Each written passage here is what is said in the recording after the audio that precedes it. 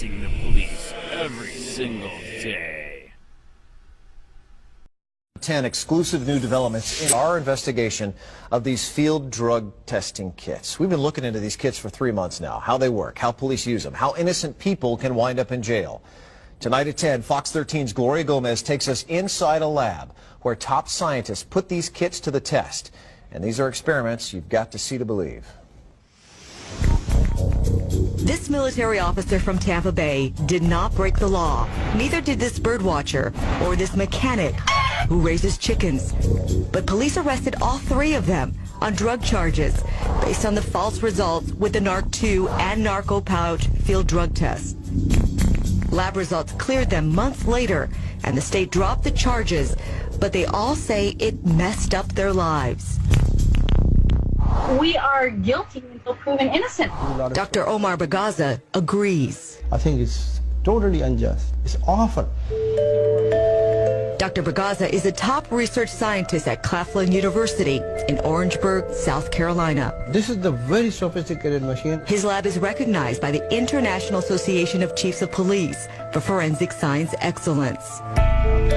But he's a strong critic of law enforcement's field drug test kits. This is not the way human beings should be treated. Bagaza and two of his colleagues, Dr. Sherilyn Hagan-Pay and forensic scientist Chris Adamke, invited us to observe a series of controlled tests on field drug test kits purchased from two websites, Safariland Group and Searchy, which sell products to law enforcement agencies. But it doesn't matter who the manufacturer is. All three believe all field drug test kits are unreliable. The chemistry, the chemicals in the tests are the same regardless of who makes them. They show us Run-of-the-mill coffee, basic items aspirin, we'd find a Hershey's chocolate bar, in any supermarket. oregano, a spice. What we're going to do today is look at these common materials and test them in the kits and look at the color reaction. They start with something you may have in your medicine cabinet. Mucinex. Watch as he breaks the first ampule and mixes the colors. You see the color reaction occur almost immediately. Dr. Hagan-Pay says the over-the-counter cough medicine in the NARC-2 kit tests positive for heroin and morphine in the sample. That's just the start. I'm sure we've all had one, a Hershey bar. After collecting some shavings, Going to introduce a few small pieces of chocolate into the test kit. the color changes in both the NARC-2 and NIC kits. You'll see this pinkish purplish color develop, It takes just seconds. suggesting that this material may contain marijuana. Someone could be arrested based on this color change. From chocolate to soapy water from this natural bar of soap. Now we're adding that to the pouch. Dr. Hagan-Pay says the narco pouch tested positive for the date rape drug GHB. Punk rocker Don Bowles was arrested on drug charges in 2007 on the results of a field drug test called the Narco Pouch 928, which tested positive for GHB. The official state lab in California later confirmed it was soap, not dope. Coffee. Watch what happens to coffee in an NARC-2 test pouch. We're seeing what is shown here on the pouch, that a pink color, suggesting that this material could contain marijuana. But again, it's coffee. So how did the NARC-2 do with aspirin? Another false positive. And now a spice most of us have in our kitchen, oregano. The color change in the narco pouch test kit raises a red flag. We know that this is a false positive because this is oregano. Something wasn't clear-cut. We're going to look at sugar, mixtures of pink and blue. You can see that we have trouble interpreting the test. And you can imagine that in the field, it's even more difficult. The sugar test was inconclusive, but watch how the narco pouch test kit shows something from nothing. Opening the pouch and exposing it to air. You heard right, nothing but air. Again, watch what happens. This could be interpreted as a potential positive for marijuana, when in fact it's just air. This shows us right here how unreliable these tests are. Now, one last test. In this case, we're not going to open the pouch at all. Maybe the most compelling. They're both clear.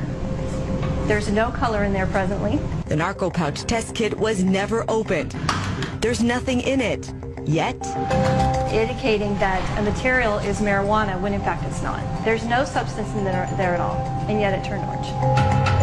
Most of the time, they are just false positive. I think they're totally useless. While this experiment only tested the reliability of the narco pouch, NIC, and NARC2, Dr. Bogus says no field drug test of any kind is accurate. I don't think this should be used at all. Dr. Frederick Whitehurst agrees. Those test kits are extremely dangerous.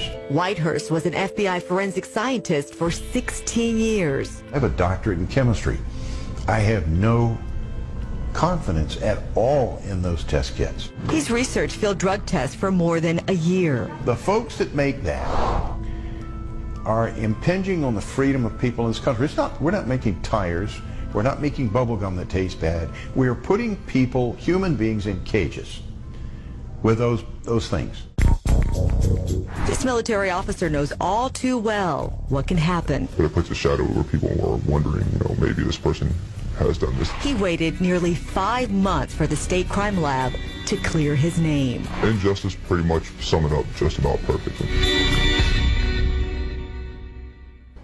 So Mark, as you saw, these substances right here in front of us tested positive for illegal drugs with these test kits. Keep in mind, we reached out to the manufacturers. Right. There's two, Searchy and Safariland Group. One of them did respond. Safariland Group said this, quote, field drug tests are presumptive in nature and should only be used after an officer's identification of probable cause is present and should be followed by further confirmatory testing. Keep in mind, they're not regulated, and they confirmed that today, that they're not regulated, so the FDA nor the Department of Justice is looking into this or checking. So these really should not be used as the sole reason. There's got to be more probable cause. But as your story showed, some officers are using that as the sole reason to arrest them. Exactly, and that's the nail in the head here. Right. That's happening. And more to come. Absolutely. Gloria, thanks. Hey, Sheriff County, this is Sheriff County Cop Watch. I am using any video here with under fair use if you have criticism, reporting, teaching, etc.